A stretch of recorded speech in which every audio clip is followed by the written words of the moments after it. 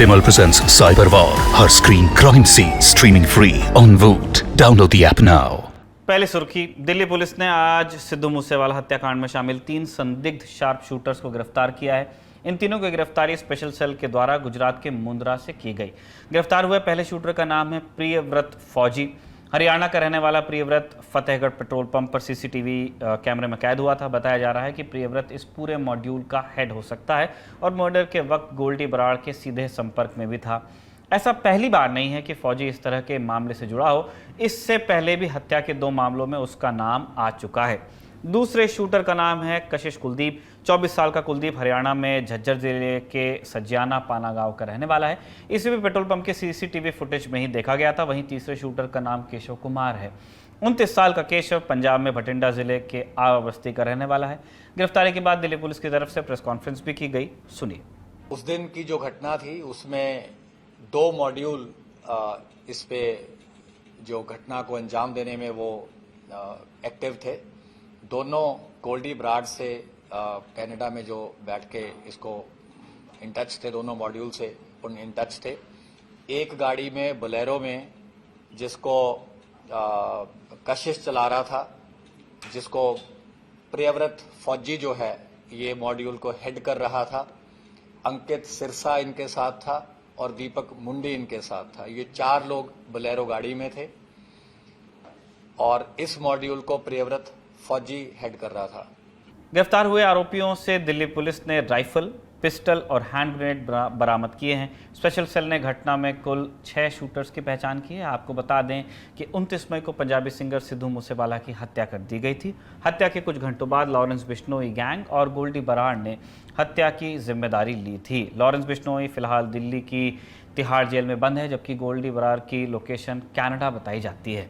दूसरी सुर्खी national Herald मामले से जुड़ी है। राहुल गांधी एक बार फिर प्रवर्तन निदेशालय यानी ईडी के दफ्तर पहुंचे। आज राहुल गांधी करीब 11:05 पर सीआरपीएफ की सुरक्षा के साथ ईडी ऑफिस पहुंचे और उनके साथ बहन प्रियंका गांधी वाड्रा भी थी।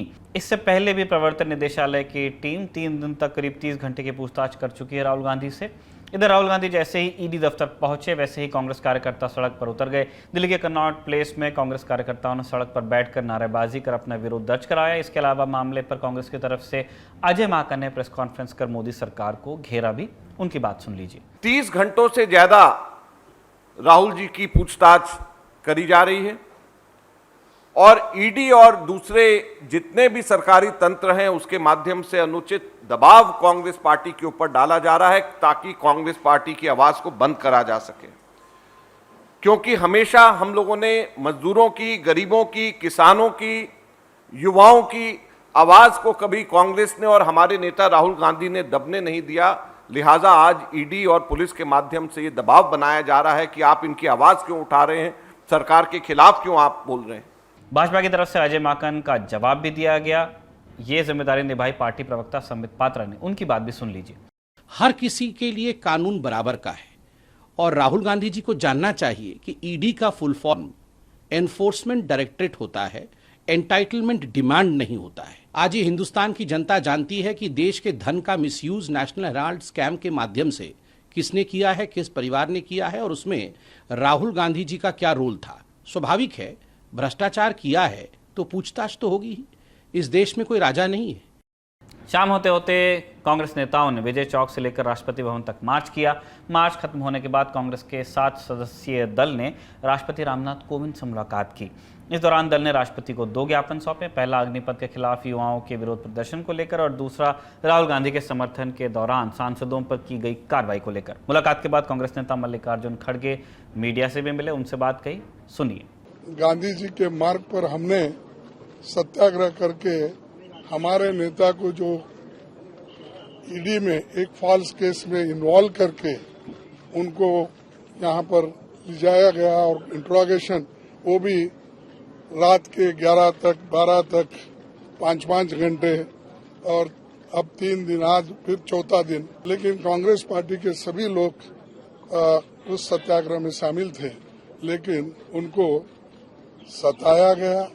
बुलेटिन की तैयारी तक करीब 7 घंटे से ऊपर तक ईडी राहुल गांधी से पूछताछ कर चुकी थी। वैसे ईडी ने हेराल्ड मामले में राहुल गांधी के साथ उनकी मां सोनिया गांधी को भी समन जारी किया था, लेकिन स्वास्थ्य संबंधी कारणों के चलते अब तक सोनिया गांधी पूछताछ में शामिल नहीं हो पाई हैं। अब सोनिया गांधी को अस्पताल से छुट्टी मिल गई है और संभव है कि जल्द उनसे भी पूछताछ हो। तीसरी सुर्खी का संबंध है जुलाई में होने वाले राष्ट्रपति चुनाव से। चुनाव में अब ज्यादा समय नहीं बचा है और विपक्ष को अभी तक राष्ट्रपति पद का उम्मीदवार नहीं मिला है। शरद पवार, फारूक अब्दुल्ला के बाद अब गोपाल कृष्ण गांधी ने भी राष्ट्रपति चुनाव में अपनी उम्मीदवारी से हाथ खींच लिए हैं। गोपाल कृष्ण गांधी ने बयान जारी कर कहा कि सर्वोच्च पद के लिए उनके नाम पर विचार किए जाने के लिए वह विपक्षी दलों के आभारी हैं। उनका कहना है कि विपक्ष का उम्मीदवार कोई ऐसा चेहरा होना चाहिए जिसके नाम पर राष्ट्र में आम सहमति बने। कई और भी चेहरे होंगे जो उनसे ज़्यादा बेहतर काम कर सकते हैं, ये गांधी का बयान था। 15 जून को ममता बनर्जी की ओर से बुलाई गई विपक्ष के नेताओं की बैठक में शरद पवार के साथ साथ फारूक अब्दुल्ला, गोपाल कृष्ण गांधी और एन.के. प्रेमचंद्रन के नाम की भी चर्चा हुई थी। पहले 3 नामों के बारे में अभी साफ है कि वो राष्ट्रपति चुनाव में नहीं उतरने वाले। चौथी सुर्खी पश्चिम बंगाल से है, जहां रामपुर हाट हत्याकांड में सीबीआई ने अलग अलग मामलों में 2 चार्जशीट्स दायर कर दी हैं। मीडिया रिपोर्ट्स के मुताबिक पहली चार्जशीट टीएमसी नेता बादू शेख की हत्या के मामले से जुड़ी है, तो दूसरी चार्जशीट हत्या के बाद आगजनी को लेकर दायर हुई है। सीबीआई ने बादू शेख की हत्या के मामले में न्यूटन शेख, पलाश खान, मसाज शेख और माली शेख को आरोपी बनाया है, जबकि आगजनी वाले मामले में अनारुल हुसैन समेत कुल 18 लोगों को चार्जशीट में नामित किया गया है। पूरा मामला 21 मार्च की रात का है, इसी साल का, जब बीरभूम जिले के रामपुर हाट में स्थानीय टीएमसी नेता बादू शेख के ऊपर बम फेंककर हत्या कर दी गई थी। हत्या के बाद इलाके के बोगतुई गांव में हिंसा भड़की और गुस्साई भीड़ ने बदले की आग में घरों को जला दिया। घटना में कुल 9 लोगों ने अपनी जान गंवा दी थी। इनमें से बच्चे और 4 महिलाएं भी शामिल थी, बच्चे 2 थे। आगजनी इतनी भयावह थी कि 7 शव तो एक ही घर से बरामद किए गए। घटना के बाद कलकत्ता हाईकोर्ट ने मामले में संज्ञान लेते हुए सीबीआई को जांच के आदेश जारी किए थे। आखिरी सुर्खी पूर्वोत्तर से है, असम से। राज्य में हो रही लगातार बारिश के चलते हालात दिन प्रतिदिन खराब होते जा रहे हैं। असम के 35 में से 33 जिले फिलहाल बाढ़ से प्रभावित हैं। कई जगह पर तो हालात इतने ख़राब हैं कि लोगों को मजबूरन अपना घर छोड़ रिलीफ कैंप में शरण लेनी पड़ी है। लगभग 42 लाख से ज़्यादा लोग बाढ़ से प्रभावित हैं और अब तक 71 लोगों को बाढ़ और भूस्खलन के चलते जान गंवानी पड़ी है। असम राज्य आपदा प्रबंधन प्राधिकरण की माने तो पिछले 24 घंटों में बाढ़ और भूस्खलन में 9 लोगों की मौत हुई, जबकि 5000 से ज़्यादा गांव बाढ़ की चपेट में आ गए।